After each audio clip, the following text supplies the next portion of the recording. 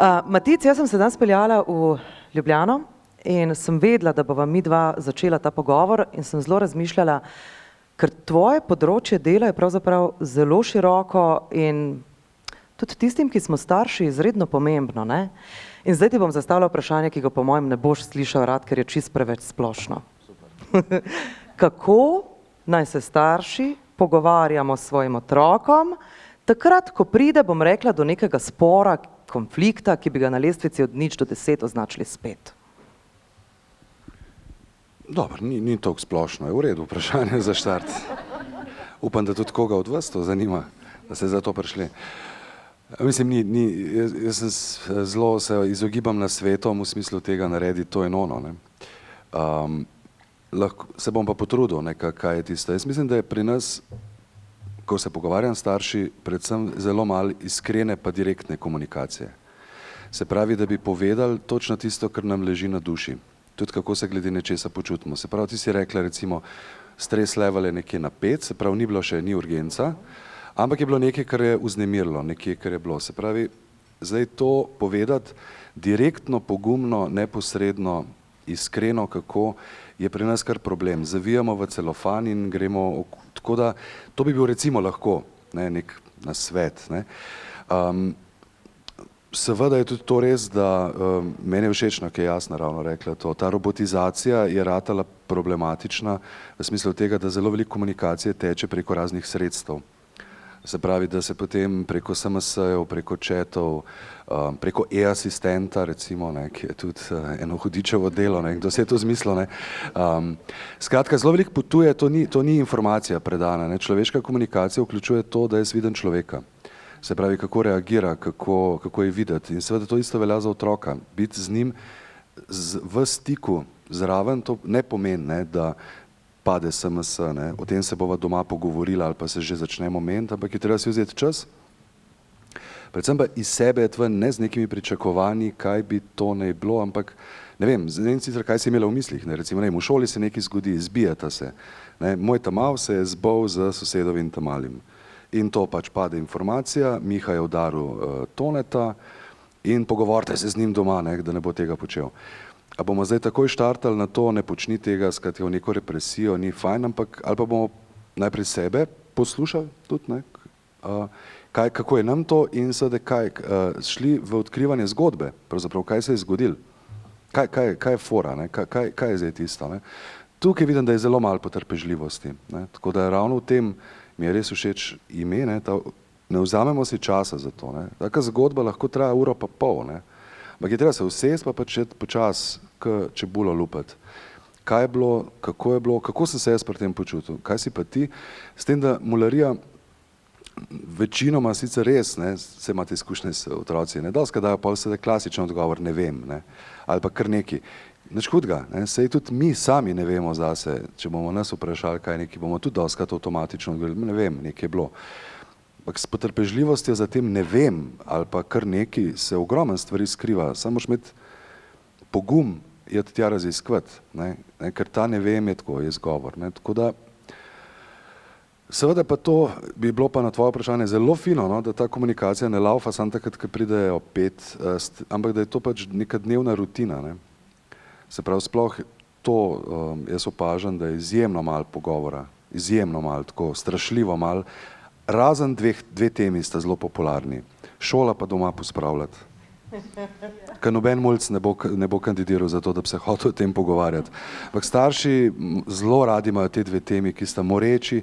Jaz tudi ne vem, kako bi tle komunikacija se razvila, ne, če ti meni rečeš, 3 si dobil v šoli, ne vidim, kam ne zdaj pelem zgodbo naprej, a itak si izvedla, tako da ne, a se boš več učil, je valjda rekel ja.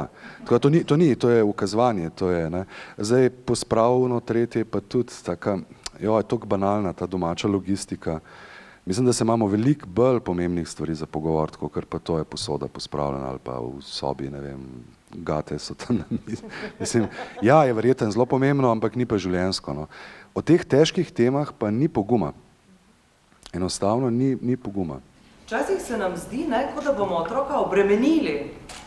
če bomo načeli neko debato ali pa se z njim pogovarjali, se slišimo, ne, tudi brez mikrofona, ali pa se z njim pogovarjali o nekih težkih temah, ampak po mojem lahko otroka obremeniš in s tem, da nekaj poveš in s tem, da nečesa ne poveš. Ne? To še imaš zame. Ja. Jaz mislim, da jih izjemno podcenjujemo, ne, v tem, da kolikor ne opažajo sveta okoli sebe. Ni dober? Boš to? Aha, ja, tehniki so rekli. Ne, mislim, da jih tako izjemno podcenjujemo. Otroci zelo dobro opazujejo svet okoli sebe in imajo svoja stališča. Ne, tako da ravno danes zjutraj na kavi smo imeli pač sicer elektronsko debato o tem, ne, ampak ja, en del, bom rekel, slovenske populacije je prepričan o tem, da je treba težke teme prihraniti nekje tam za 18 let. Ne. Ok, potem nekateri so rekli mogoče pri 15. Ne. Se pogovarjamo o teh letih, da, ampak na primeren način, ko ni nikoli prezgodaj, na primeren način, ravno zato, ker vedo in ko jim tega, v bistvu, ko jim to prikrijejo, bodo še vedno se o tem med sabo pogovarjali in bodo še vedno imeli o tem stališča, strani naših odraslih pa ni prišla ena trezna informacija. Ne, danes sem prišel, sem razmišljal, recimo, kaj tak, rekla, recimo, ne vem, preselili se bomo, recimo, družina se bo preselila, to je sigurno ena taka debata, ki je v družinskem krogu, se ne da bodo otroci zdaj ukazovali, kje boste vi živeli, ne? Pa kupili bomo, ne vem, bajto tam pa za $500,000, tega verjetno ne. Ampak to, da imajo pa participacijo pri tem, ne, kaj pomeni za njih to, da bomo zapustili, ne pa da se recimo to prikriva, ker doskrat, ko češ jo reveži, ne, bomo pa itak, zdaj čez počitnice se bomo pa na hitro preselili k ni šole, je to velik šok, ne? Zakaj ne bi bila to debata, ali pa tudi, ker smo pred poletjem, recimo, kam bi šli na počitnice, pa kaj bi tam počeli. Ne? Se pravi, ja, sej, odrasli verjetno dajete finančne sredstva, ampak ima ta mala nek glas za to, ne, a gremo spet, ko že 15 let na Hvar, v isto ono hišco, ko že hodimo, kaj pa če je kakšna nova ideja, ali pa bi nekaj drugega recimo počeli, ne? Pa to niso težke teme, to pa so, Madonna, to so pa toliko lahke teme. Kaj pa pol res težje neke življenjske, jaz se pač večinoma ukvarjam z mojimi mulci, so samomorilni in samopoškodbeni, z motnjami hranjenja, zasvojeni, ki niso ratali od danes na jutri. Ampak je to se vleče se pač, pa ne dajem težo samo na družino, ne? Ampak v celem tem svetu, v katerem živimo, seveda tudi v družini, pa v celi družbi, ampak veste, mulci ratajo družabna bitja v trenutku, ko stopijo v vrtec, začnejo imeti interakcije. Zdaj so stari 4 leta, 3, nekateri manj. Ne? Tako da je pa edino ena past, pa bom tle končal, je pa seveda v tem, da pa nekdo jih pa izkorišča kot neke vrste koš za odpadke svojih težav.